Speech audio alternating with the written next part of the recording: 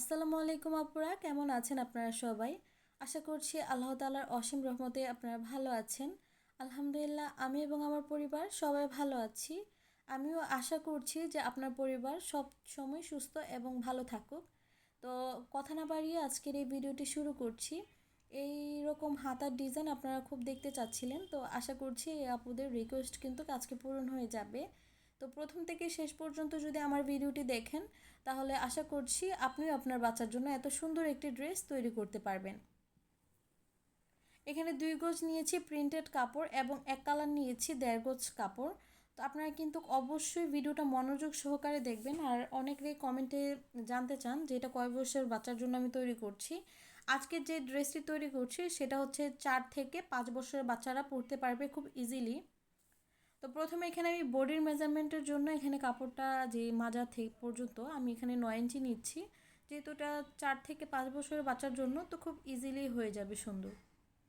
এখানে 9 ইঞ্চিতে আমি মার্কিং করে নিয়েছি। গলার জন্য নিব এখানে 2 ইঞ্চি, আর গলার যে লং সেটা নিচ্ছি আমরা এখানে 3 ইঞ্চি। কাঁধের জন্য নিব আমরা 3 ইঞ্চি, হাতার যে আর্মল সেটা নিচ্ছি আমরা এখানে 5 ইঞ্চি। বডির জন্য নিচ্ছি আমরা এখানে 6 ইঞ্চি, পেটের দিকে নিয়েছি 5.5 ইঞ্চি। 1 ইঞ্চি আমরা এক্সট্রা নিব, যেটা আমাদের সেলাইয়ের পর বাড়তি হিসেবে থাকবে, যাতে পরবর্তীতে ফিটিং বা লুজ করা যায়। গলাটা এখানে আমি সামনে এবং পিছনে সেমই রাখবো, আপনারা চাইলে কিন্তু ডিজাইন করতে পারেন।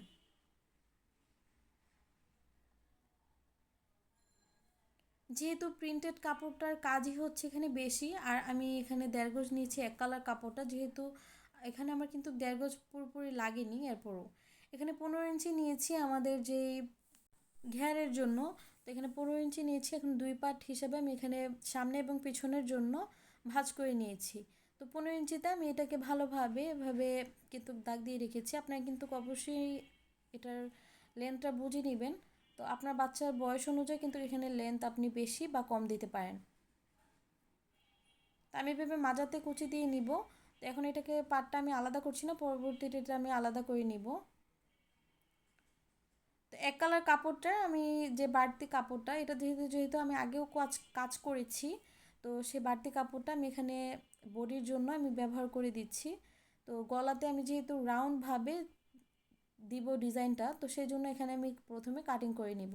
তো এটা কিন্তু কোনো মেজারমেন্টই নেই, আপনার গলাতে যতটুকু আছে আরমোলের সাইডে যতটুকু আছে ততটুকুই কিন্তু বডির মেজারমেন্ট অনুযায়ী কাটিং করে নিতে হবে। আর রাউন্ডটা আপনি চাইলে রাউন্ডও দিতে পারেন বা স্কোয়ার শেপও দিতে পারেন।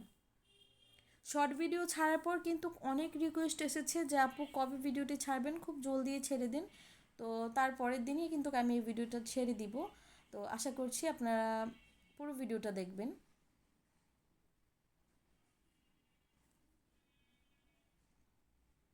তো এই যে আমি কিন্তু এভাবে রাউন্ড করে কাটিং করে নিয়েছি, আপনারাও কিন্তু সেমভাবে কাটিংটা করে নেবেন। এখন আমরা যে নিচের ঘেরের জন্য উম, কাপড়টা ব্যবহার করব, তো সেই জন্য নিচ্ছি আমরা এখানে 5 ইঞ্চি। এই 5 ইঞ্চি থেকে কিন্তু আমাদের ঘেরের অংশটা কাভার করার পর আমরা হাতের জন্য কিন্তু যেই এক কালার কাপড়টা দিয়েছি, এখান থেকে কিন্তু আমরা সেমভাবে হাতাতেও দিয়ে ফেলবো। তো এখানে কয়টা কাটিং করছি অবশ্যই খেয়াল রাখবেন। প্রথমে কাপড়টাকে 2 ভাঁজ করে নিয়েছি, এখানে হচ্ছে 2টা পার্ট। এখন আরেকটি কাটিং করব, এটা হবে 3 নাম্বার পার্ট। এখানে মোট আমি 4টা পার্ট কাটিং করে নিব।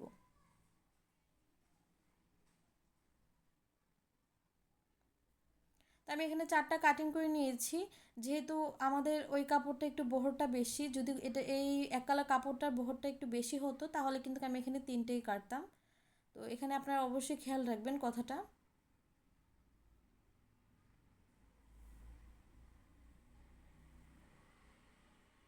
আপনারা অনেকেই এই শীতের জন্য বাচ্চাদের এই হাতাটা খুব পছন্দ করছেন।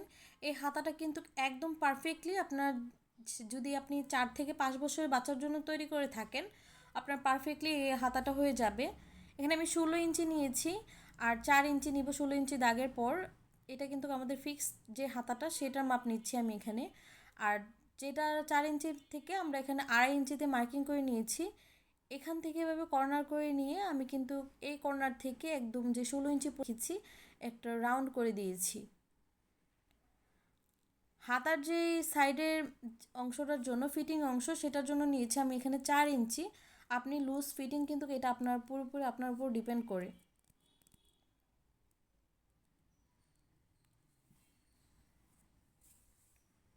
তো আমাদের হাতাটা কিন্তু কাটিং করা হয়ে গিয়েছে। তো এখন আমরা আর এক কালার কাপড়টা দেখাচ্ছি না, যেহেতু সেমভাবে আমরা নিচে ঘেরে যেভাবে ব্যবহার করব সেম প্রসেসেই কিন্তু আমি এটাও ব্যবহার করব। সেই জন্য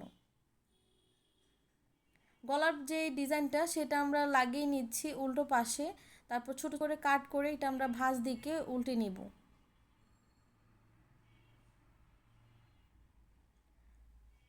ভাঁজ দিকে উল্টে নেওয়ার পর কিন্তু আপনারা চাইলে এখানে চাপ সেলাই দিয়ে দিতে পারেন।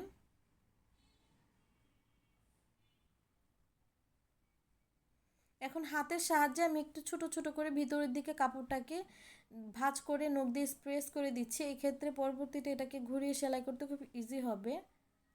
এখানে গলার যে ডিজাইনটা করার জন্য এখানে আমি কাপড়টাকে 3 ইঞ্চিতে কাটিং করে এটাকে ভাঁজ দিয়ে নিয়েছি। তারপর এভাবে ছোট ছোট করে কুচি দিয়ে নিচ্ছি। এটা আমাদের গলার যে এক কালার কাপড়টার নিচ থেকে কিন্তু এটা একটা ডিজাইন হিসাবে কিন্তু ঘুরে আসবে।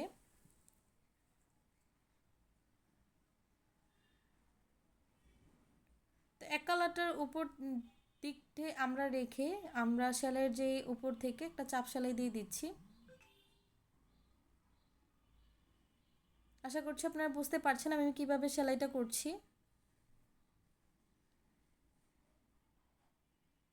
এবার ঘুরিয়ে ঘুরিয়ে আমরা সেলাইটা করে দিব।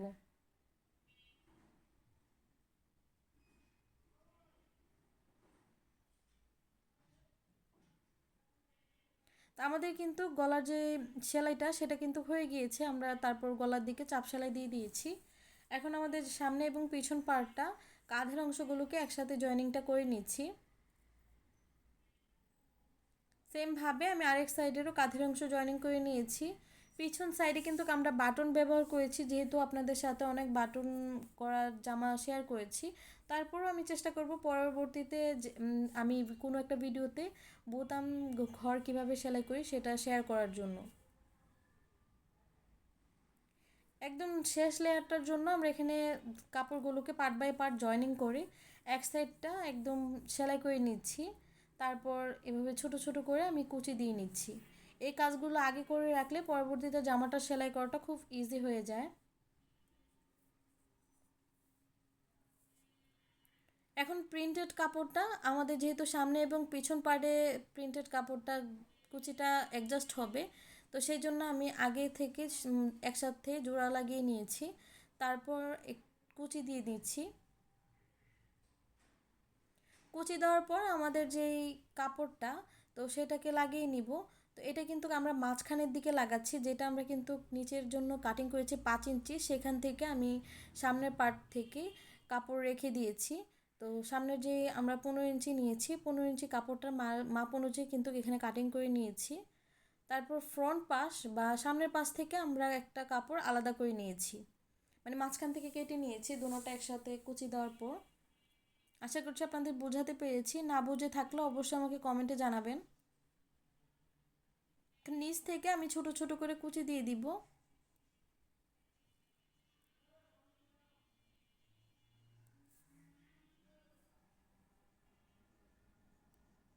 কুচিটা দেওয়ার পর আমরা নিচের যে লেয়ারটা, তো নিচের লেয়ারে কিন্তু এখন কুচিটা যে লাস্টের কুচিটা সেটা জয়েনিং করে নিচ্ছি।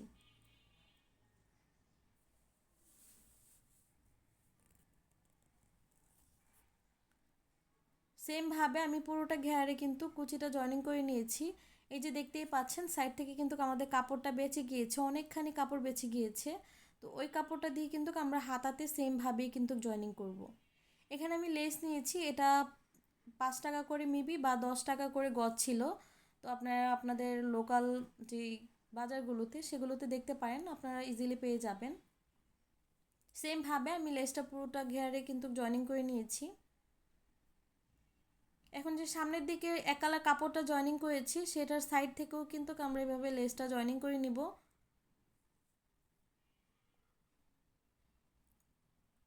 আমরা ব্যাক সাইডে কিন্তু জয়েনিং করব না, আমরা সামনের দিকেই কিন্তু জয়েনিংটা করে নিব লেসটা। সেমভাবে আমি যে সেকেন্ড সাইডটাতে সেমভাবে জয়েনিং করে নিয়েছি। এখন সামনের দিকের যে ঘেরটা সেটাতেও কিন্তু এই লেসটা লাগিয়ে একটা সেলাই দিয়ে দিচ্ছি। সাইড পরা পর্যন্ত এসে কিন্তু আমরা কাটিং করে দিব। কাটিং করার পর এখানে ফোল্ড করে ডাবল সেলাই দিয়ে আটকে দিচ্ছি।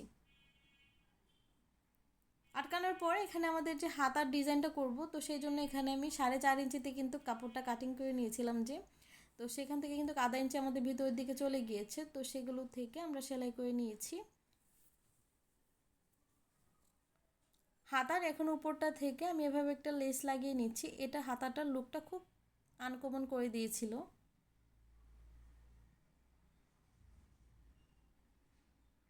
এখন আমি যে বডির সাইডের অংশ বা কাঁধের অংশের সাথে জয়েনিং করে নিচ্ছি। এখন ডাবল সেলাই দিয়ে নিয়েছি, সেমভাবে আমি আরেকটি হাতা জয়েনিং করে নিব।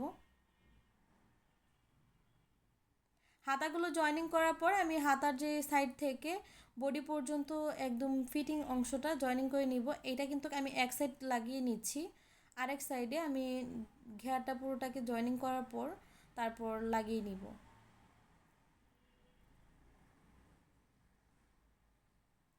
তো এক ঘেরের জন্য এখানে আমি সাইডটা বন্ধ করে নিচ্ছি। বন্ধ করার পর আমি এখন মাজার সাথে ঘুরিয়ে ঘুরিয়ে কিন্তু সেলাই করে আটকে নিব।